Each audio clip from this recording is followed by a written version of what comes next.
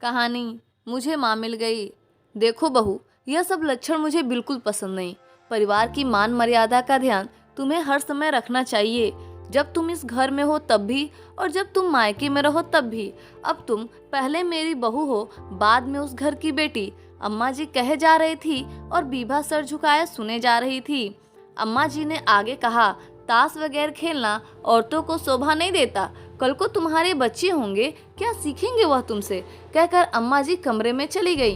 अम्मा जी के जाने के बाद विभा खूब रोई। उसे समझ नहीं आ रहा था कि उसने ऐसा क्या कर दिया जो अम्मा जी ने उसे इतना सुना दिया। दिवाली के मौके पर तो सभी ताश खेलते हैं, मनोरंजन के लिए। जुआ तो नहीं खेला था उसने, वह भी अपने मायके में अपने छोटे भाई बहनों के साथ खेल रही थी। हर साल दिवाली के मौके पर ऐसे ही खेलती थी वो। माता पिताजी ने तो उसे किसी चीज के लिए कभी नहीं टोका। 3 भाई और 2 बहनों में सबसे बड़ी है वह, पर पिताजी की सबसे लाडली थी। लेकिन सरकारी नौकरी वाले लड़के का रिश्ता आते ही पिताजी ने भी बाकी सबों जैसा ही सोचा और विवाह का रिश्ता कर दिया।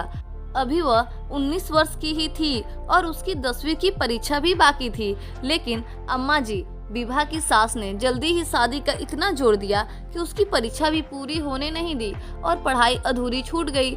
ससुराल में अभी उसे कुछ ही समय हुआ था। हालांकि ससुराल में सभी उसका मान करते थे, क्योंकि यहाँ भी वह घर की बड़ी बहू थी। देखने में भी सुंदर थी, इसलिए पति की भी प्यारी थी और अम्मा जी की भी। लेकिन अम्मा जी का स्वभाव थोड़ा सख्त था। वह एक अनुशासन पसंद महिला थी। पति की मृत्यु के बाद अपने बेटे को पालने के लिए उन्होंने बड़ा ही संघर्ष किया था। अपने परिवार को अपने दम पर खड़ा करने के कारण बिरादरी में भी उनका बड़ा सम्मान था। वो अपने घर की मुखिया तो थी ही, बल्कि नाते रिश्तेदारों के घर के विवाद का भी वह कुशलता से निपटारे करती थी। घर में सब काम उनके अनुशासन की आदत थी, लेकिन विभा को नहीं थी। उसके परिवार का माहौल विपरीत था। उसके पिताजी ने सब बच्चों को हर प्रकार की स्वतंत्रता दी हुई थी। खाने पीने, पहनने ओढ़ने से लेकर बाहर आने जाने, हर बात की स्वतंत्रता थी। फिर विभा तो पिताजी की लाडली भी थी। माँ का बनाया अगर अच्छा ना लगे तो पिताजी झट से लाडली के लिए बाजार से पकवान ले आए ते।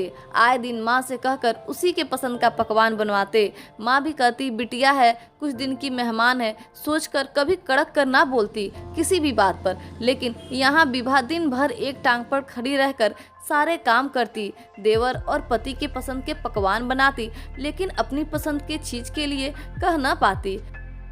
यह सब अंतर महसूस होने के कारण विभा अब हमेशा उदास रहने लगी थी। पति अमन के पूछने पर वह हंसकर टाल देती, लेकिन अमन यह बात समझ रहा था कि विभा अम्मा जी के अनुशासन से घबरा रही है। पहले उसने सोचा कि वह उसे कुछ समझाए, लेकिन उसे लगा शायद यह ठीक होगा। वह खुद ही सब जिम्मेदारी निभाने की कोशिश तो कर ही रही है। अमन ने सोचा कि अब उसे रविवार को कहीं घुमाकर लाया करेगा। हफ्ते दिन एक दिन तो विभा को अपने लिए चाहिए ही होता होगा। उसने विभा को सिनेमा ले जाने का सोचा, लेकिन अम्मा जी के पूछे बिना जाना तो उचित नहीं होगा। यह सोचकर उसने अम्मा जी से अनुमति मांगी। अम्मा जी ने भी तो मना नहीं किया, लेकिन समय पर लौट आने को भी कहा। अम्मा जी को दिन में कोई आपत्ति नहीं होती थी, लेकिन शाम को वह किसी का भी घर से बाहर रहना अनुचित ही समझती थी। इसके बाद तो विभा अक्सर अपने पति के साथ बाहर जाने लगी। एक दिन विभा को किसी काम से अकेले ही बाहर जाना पड़ा। उसे स्कूल की एक दोस्त सीमा मिल गई। सीमा उसे देखकर बहुत खुश हो गई। सीमा का घर वहीं पास में था और वह विभा को जिद करके अपने घर ले गई। विभा भी इतने दिनों बाद सहेली को मिलने की खुशी में भूल ही गई कि उसे शाम से पहले ही घर लौटना है। दोनों सहेलियों ने मन भर बातें की, लेकिन जैसे ही विभा की नज़र घड़ी पर गई तो उसके तो होश उड़ गए। रात के 9:30 बज चुके थे। वह हड़बड़ा कर उठी और सीमा से विदा ली। घर पहुंचते ही उसने देखा कि अम्मा जी रोटी सेक रही हैं और सब खाना खा रहे हैं। उसने जल्दी जल्दी कपड़े बदले और रसोई घर में आ गई, लेकिन अम्मा जी ने गुस्से से कहा, अब सब काम हो चुका है, अब रहने दो। लेकिन विभा सिर झुकाए वहीं खड़ी रही। अम्मा जी बड़बड़ा रही थी, आज तक मेरे बेटों तक ने अनुशासन नहीं तोड़ा। छूट मिलने का मतलब यह नहीं कि उसका फायदा उठाया जाए। देर रात हो चुकी थी, सब सो चुके थे, लेकिन विभा को नींद नहीं आ रही थी। वह सोच रही थी कि एक भी गलती की अम्मा जी अनदेखी नहीं करती हैं।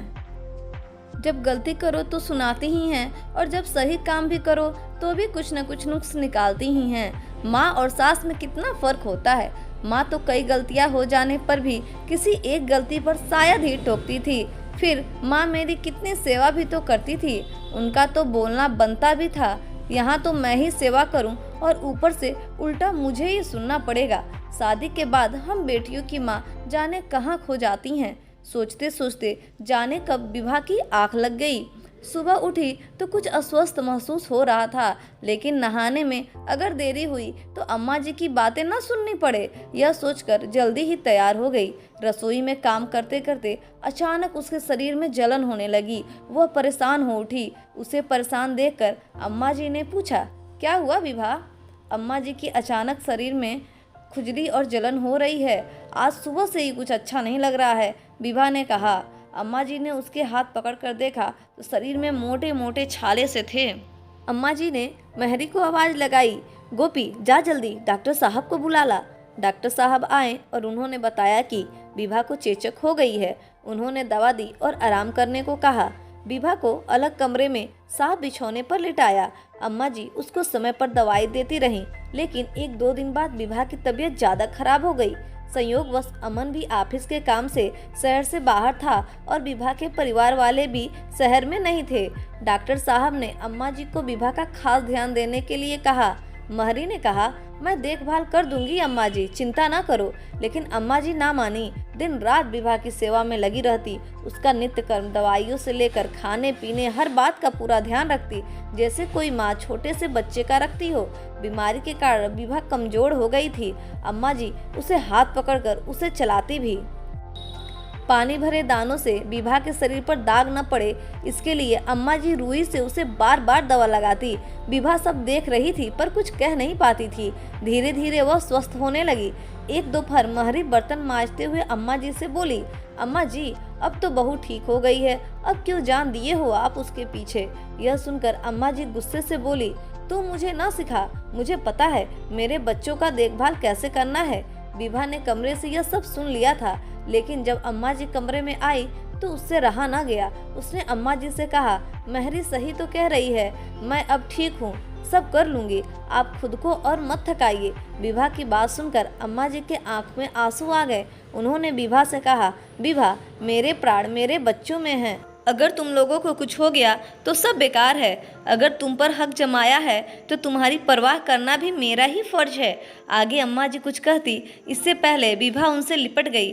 उसके आंसुओं में उसके मन के मैल बह गए, क्योंकि उसे उसकी माँ मिल गई थी।